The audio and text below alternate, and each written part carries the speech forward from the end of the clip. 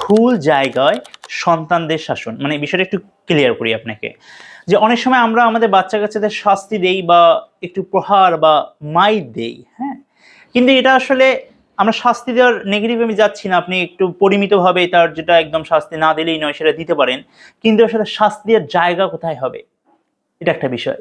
যে সাধারণত তিন জায়গায় আমাদের গার্ডিয়ানরা ভুল করে থাকেন শাস্তি দেওয়ার ক্ষেত্রে। এক নম্বর হচ্ছে পড়ার টেবিলে।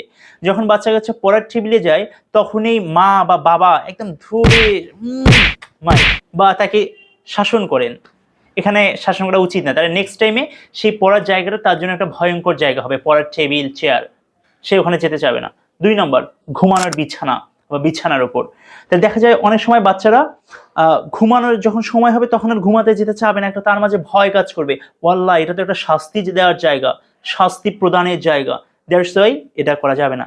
আর তিন নম্বর যে বিষয়, যে অনেক সময় দেখা যায় যে বাচ্চা কাচ্চাকে যখন আমরা শাসন করি বা গার্ডিয়ানরা শাসন করেন তখন অনেক মানুষের সামনে করেন, যদি এটা হোক ওই পরিবারেরই মানুষ অথবা কোনো গেস্টের সামনে, এটা মোটেও করা যাবে না। কারণ প্রত্যেকটা বাচ্চা কাচ্চার একটা আত্মসম্মান বোধ আছে, তাদের সেলফ ইস্টিম, সেলফ রেসপেক্ট আছে, এবং আমাদের গার্ডিয়ানরা অনেক ক্ষেত্রে সেই জিনিসটা ভুলে যান। তারা তাদের যে মান সম্মান নামে একটা কথা আছে বাচ্চাদের, এটা আসলে তারা ভ্যালু দিতে চান না। সো আমাদের এই বিষয় নিয়ে আসলে একটু কাজ করা উচিত বলে মনে করি।